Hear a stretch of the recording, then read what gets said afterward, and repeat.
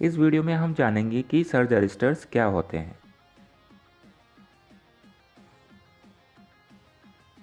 तो आप देख सकते हैं यह सर्ज अरिस्टर्स हैं जो कि अलग अलग रेटिंग के हिसाब से अलग अलग साइज़ के आते हैं। लेकिन दोस्तों यहाँ आप देख रहे होंगे कि 220 किलोवोल्ट और 400 किलोवोल्ट का जो सर्ज अरिस्टर है इसके ऊपर इस प्रकार की रिंग्स लगी हुई हैं। और दोस्तों इसके ऊपर के जितने भी सर्ज अरिस्टर्स होते हैं वोल्टेज रेटिंग के, उनमें इस प्रकार की रिंग्स लगी होती हैं। तो क्या आप जानते हैं यह रिंग्स क्यों लगी हैं? अगर हाँ तो अभी कमेंट कर बताइए। वैसे मैं इसका आंसर आपको वीडियो के बीच में भी बता दूंगा। दोस्तों जो इलेक्ट्रिकल सिस्टम होते हैं चाहे छोटे या बड़े, इनको अक्सर वोल्टेज स्पाइक्स का सामना करना पड़ता है। अब ये इलेक्ट्रिकल स्पाइक्स क्या होते हैं? जब वोल्टेज सिस्टम के किसी पॉइंट पर या पूरे सिस्टम में ही वोल्टेज अपनी रेटेड वैल्यू से कई अधिक गुना बढ़ जाता है तो उसे वोल्टेज स्पाइक कहते हैं। अब ये अचानक से बढ़ने वाले वोल्टेज का परिणाम हो क्या सकता है आखिर? तो दोस्तों इससे सिस्टम का इंसुलेशन फेल हो सकता है या सिस्टम में बहुत ज़्यादा करंट फ्लो हो सकता है जिससे सिस्टम का मटेरियल हीट होकर बर्न आउट हो सकता है। या हम सीधा सीधा ऐसा भी बोल सकते हैं कि इसका इंसुलेशन बर्स्ट हो सकता है, फट सकता है। तो दोस्तों ये बिल्कुल ऐसा ही है कि जैसे एक पाइप में लिक्विड जा रहा है किसी पर्टिकुलर प्रेशर पर, लेकिन लाइन में अचानक से प्रेशर कई गुना अधिक बढ़ जाए तो इससे पाइप फट सकता है। तो अब यह सवाल हो सकता है कि ऐसा होता ही क्यों है? जब सिस्टम को किसी पर्टिकुलर वोल्टेज के लिए ही डिज़ाइन करा गया है तो उसका वोल्टेज अचानक से आउट ऑफ कंट्रोल कैसे हो सकता है? तो इसके दो रीज़न्स हो सकते हैं। पहला रीज़न है एक्सटर्नल, यानी किसी बाहरी गड़बड़ की वजह से, जैसे लाइटनिंग यानी बिजली गिरने की वजह से। हमने बारिश के समय अक्सर देखा है कि बादलों पर स्टैटिक चार्ज आ जाता है और इनका वोल्टेज इतना अधिक बढ़ जाता है कि बादलों और अर्थ के बीच में जो इंसुलेशन मीडियम है यानी कि एयर, वह इसे सहन नहीं कर पाती और ब्रेकडाउन हो जाता है और एक डिस्चार्ज उत्पन्न होता है।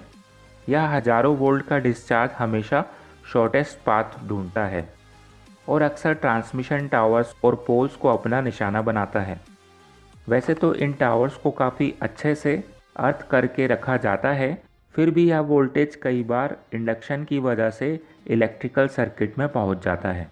इससे बचने के लिए हर टावर पर इंसुलेशन डिस्क के इर्द गिर्द आर्किंग हॉर्न्स लगाए जाते हैं जिनसे यह एक्स्ट्रा वोल्टेज डिस्चार्ज के रूप में टावर की बॉडी तक पहुंचता है और अर्थ हो जाता है।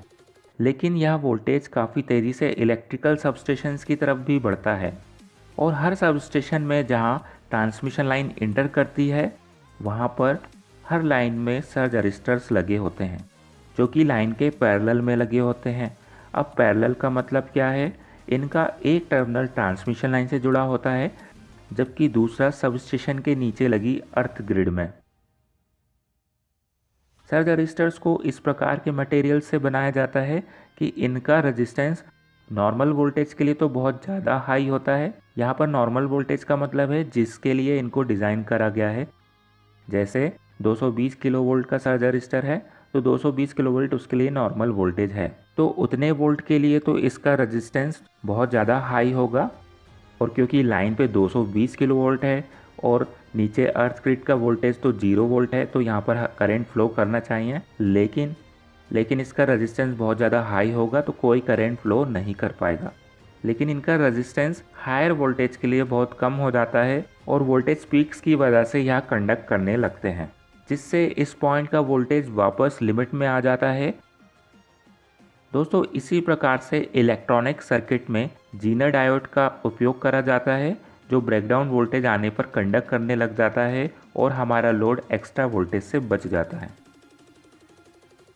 यह बिल्कुल ऐसा ही है कि जैसे पाइप में सेफ्टी वॉल्व लगा दिया जाए जो एक्सेस प्रेशर होने पर एक्स्ट्रा लिक्विड को बाहर कर दे और प्रेशर को रिलीज कर दे और हमारा पाइप बर्स्ट होने से बच जाए।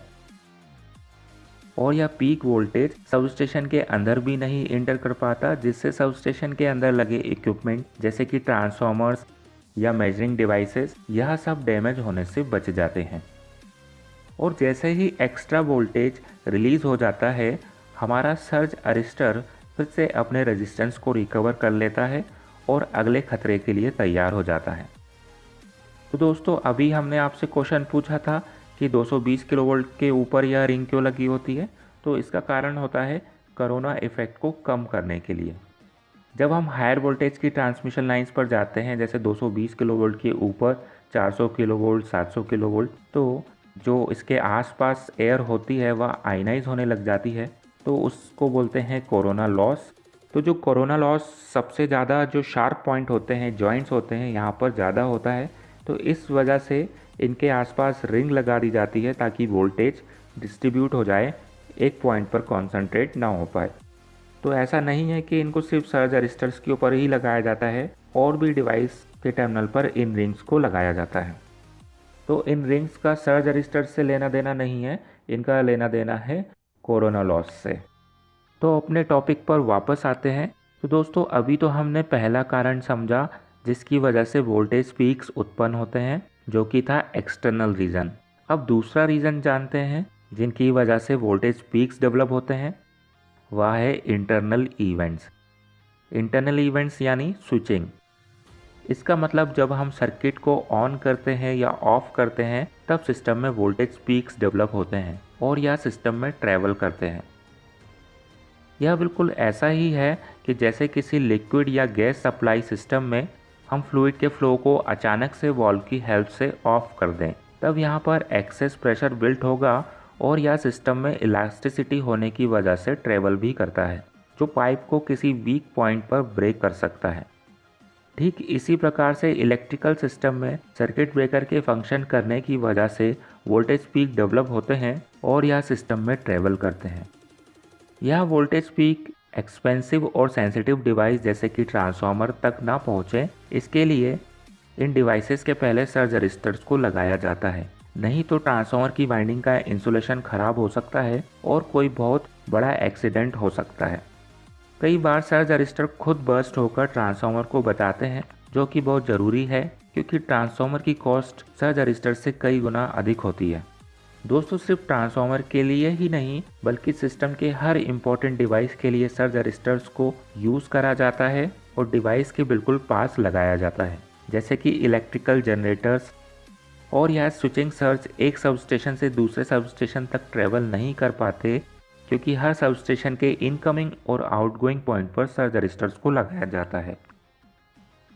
तो दोस्तों इस वीडियो में हमने सर्ज रजिस्टर्स के बारे में काफ़ी कुछ समझा है, लेकिन अभी भी इनकी बहुत सारी डिटेल्स बाकी हैं। हम किसी और वीडियो में ज़रूर इनको डिस्कस करेंगे। तो आशा करते हैं कि यह वीडियो आपको पसंद आया होगा, और अगर आया है तो इसे लाइक करें, अपने फ्रेंड्स के साथ शेयर करें, और जो नए व्यूअर्स हैं जिन्होंने हमारे चैनल को सब्सक्राइब ना करा हो वो हमारे चैनल को सब्सक्राइब करें ताकि उनको आने वाले वीडियोस का नोटिफिकेशन मिल जाए।